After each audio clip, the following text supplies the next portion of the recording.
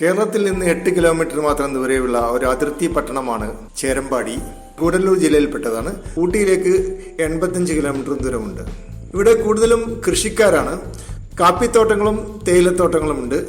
അവയിൽ ജോലി ചെയ്യുന്നവരാണ് കൂടുതൽ. അതിനു പുറമെ നാട്ടുകാർക്ക് കൃഷിയുമുണ്ട്. കുരുമുളക്, വാഴ, അടക്ക എന്നിവയാണ് കൃഷി ചെയ്യുന്നത്. അതുപോലെ മാങ്ങയും ചക്കയും ഏലകൃഷിയും ഒക്കെയുണ്ട്.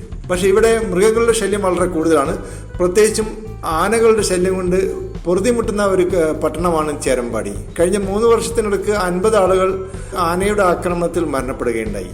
ഉയർന്ന വരുമാനമുള്ളതുകൊണ്ട് ചേരമ്പാടിയിൽ തന്നെ തുടർന്ന് താമസിക്കുവാൻ മലയാളികൾ ഇഷ്ടപ്പെടുന്നു. 60% മലയാളികളാണ്. തമിഴ്നാട്ടിലാണെങ്കിലും മലയാളികൾക്കാണ് ഭൂരിപക്ഷം. തമിഴ്നാട്ടുകാർ 30% മാത്രമേ ഉള്ളൂ. നല്ല സൗകര്യമുള്ള ഒരു പട്ടണമാണ് ചേരമ്പാടി. 2 ഹൈസ്കൂളുകളുണ്ട് കുട്ടികൾക്ക് പഠിക്കാൻ. അതുപോലെ താളൂരിൽ ഒരു ഗവൺമെന്റ് കോളേജുമുണ്ട്. Nilgiri college of arts and science എന്നാണ് അതിന്റെ പേര്.